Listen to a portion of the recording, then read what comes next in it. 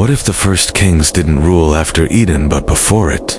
Could there have been mighty beings, ancient rulers of a forgotten age, who held dominion over the earth before Adam even drew breath? Across ancient texts and forbidden traditions, a shadowy race of sovereigns begins to emerge, neither fully divine nor fully human, but something in between. Long before Adam walked in the garden, the earth was not empty. Genesis tells us the earth was formless and void.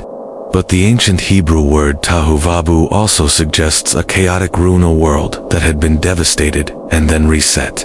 Some scholars and mystics interpret this cryptic language as evidence of an entire civilization wiped clean before Eden was planted.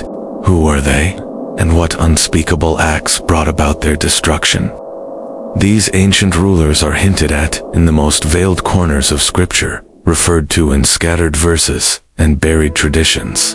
The Book of Job, one of the oldest biblical texts, speaks of sons of God rejoicing at the foundation of the earth, implying they existed before creation as we know it.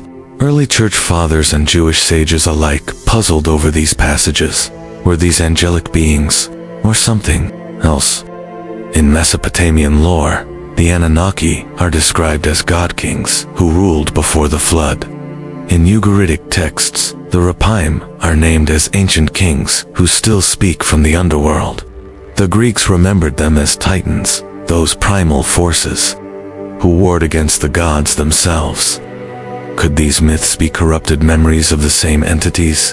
Even the Book of Enoch dares to unveil beings known as the Watchers, angels, who descended, rebelled, and shared forbidden knowledge. But what if some among them went further, not merely teaching, but ruling, establishing thrones, building kingdoms, and even manipulating creation itself?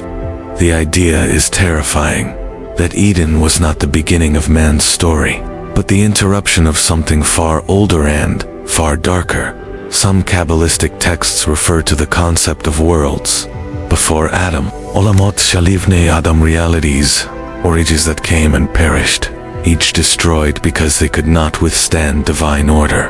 In this view, Adam is not the first human, but the first redeemed one.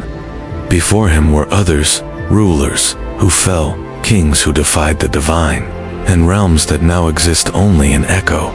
The Genesis account does not detail what came before Adam, but it leaves open cracks through which ancient stories creep in.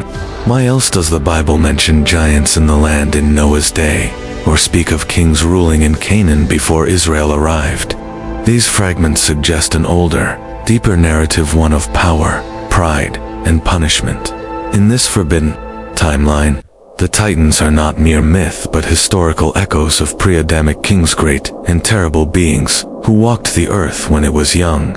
They are the missing piece between the fall of the angels and the rise of man, and their legacy may still haunt the shadows of our world. What kind of world existed before Adam? What kind of thrones were raised before the dust of man had even been stirred? Ancient records from Sumer, Akkad, and Canaan speak of reigns that stretched thousands of years of rulers who governed when heaven and earth still touched. These aren't the kings of men. These are kings of power, longevity, and terror. Their names have faded, but their ruins remain buried beneath layers of sacred soil. Genesis is silent about these kings, but not entirely. In Genesis 6:4, a chilling footnote appears. The Nephilim were on the earth in those days and also afterward. The Nephilim, giants, fallen ones, unnatural beings born from the union of the sons of God and daughters of men. But notice the final phrase, and also afterward. This implies there was a time even before Noah, before the Watchers descended, when something already stalked the land, giants among the ruins of a forgotten dominion. Many ancient texts, especially those considered apocryphal or heretical, speak of a primordial rebellion not by man, but by those who came before. The Book of Enoch tells us that 200 Watchers descended to Mount Hermon, seeking to rule and reproduce. But what if their arrival was not the beginning, but a continuation? What if before their fall, others had already carved their thrones in fire and stone? In Babylonian records, Kings such as Elulam and Alagar are said to have reigned tens of thousands of years before the flood.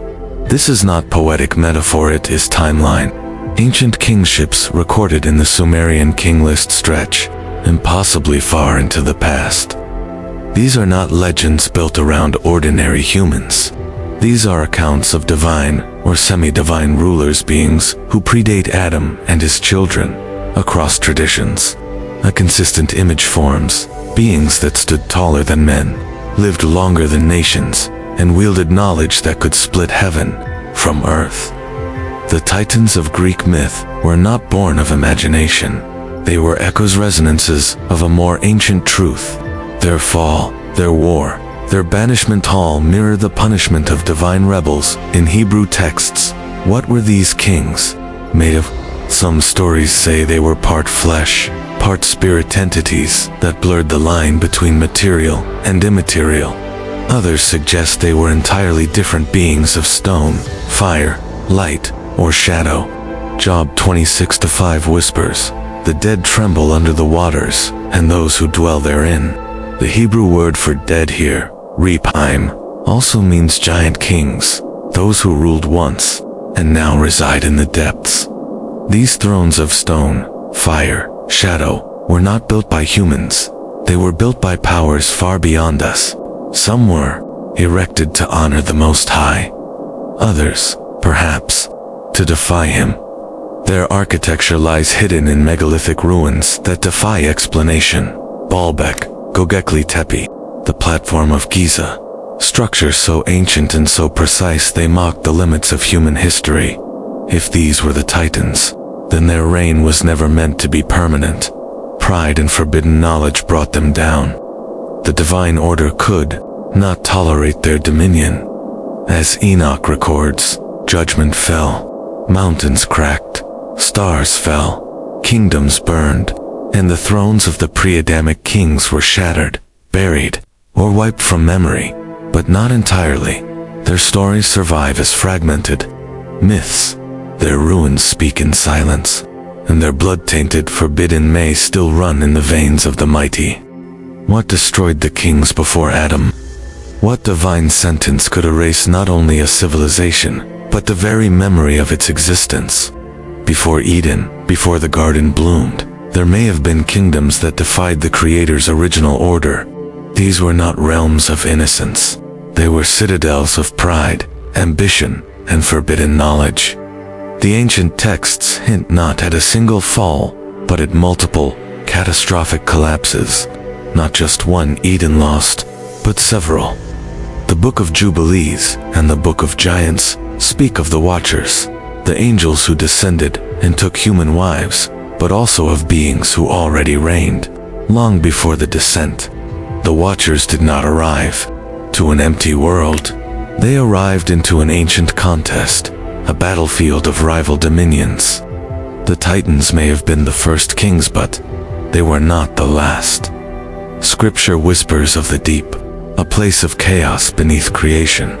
In Genesis 1-2, the earth is formless and void, and darkness was over the face of the deep. Many theologians have asked, why would God create something formless and void? Some suggest this was not the beginning of creation, but the aftermath of a judgment, a divine reset, a wiping clean of what came before. Isaiah 14 speaks of a shining one, fallen from heaven, who sought to ascend above the clouds and become like the Most High. Though many link this to Lucifer, its language echoes the fate of divine rebels, beings who once held power, only to be cast down in fury. Were these Titans among them? Were their thrones torn down, their cities drowned, their names cursed? Legends across the ancient Near East speak of gods who died and kings whose names were struck from stone.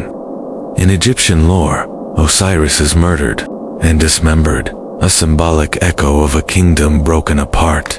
In Mesopotamian texts, kings are banished to the underworld, wandering spirits condemned to rule over the dead.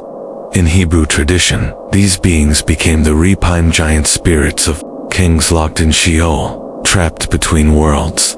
Their fall was not just political, it was cosmic. It shook the fabric of the heavens.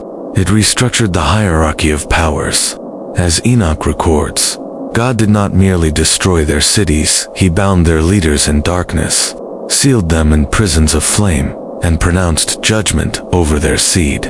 Some were drowned in the depths, others turned to stone. A few, perhaps, survived, corrupted, changed, hiding among men. But fragments remain, ancient ruins, forbidden texts, cryptic genealogies in Genesis that seem out of place. The names of early kings, the hints of extraordinary lifespans, the appearance of Nephilim also afterward, as if something survived the purge.